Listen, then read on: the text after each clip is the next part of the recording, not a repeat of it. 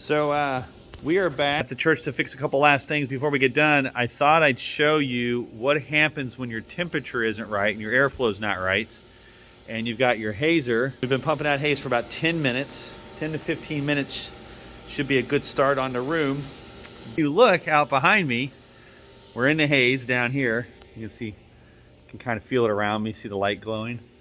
But if we look up just a little bit behind me, you can see the cloud of haze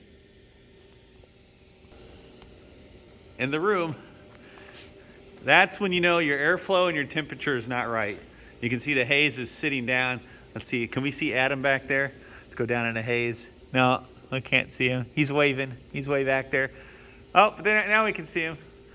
But now we can't see him. But now we can see him. So there is literally a cloud bank, basically a haze fog laying in here because there's no, right now the air is not on. It's about 62 degrees. I think yesterday when we were here and we had really good flow, it was about 65 to 66 degrees and the heat and the air was on.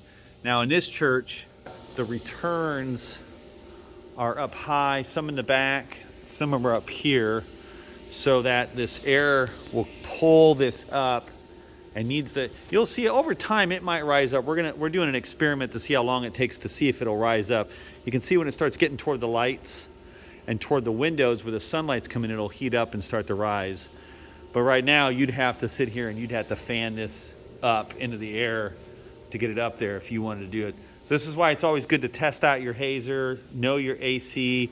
At a church I was at before, I had to turn off the AC in the air first at a certain temperature, haze it, and then fan it up, and then run the AC or the heat again, and then get the temperature right, and then the haze would go up and stick up for the time that I needed it to be up. I'm gonna walk back here. This is crazy.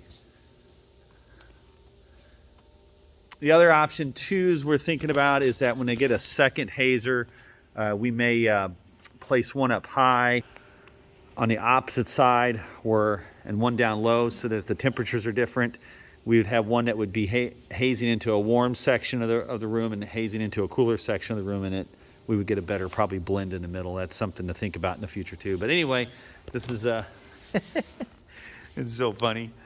Woo, right up out of it. The thing about haze and your temperature. Talk to you next time.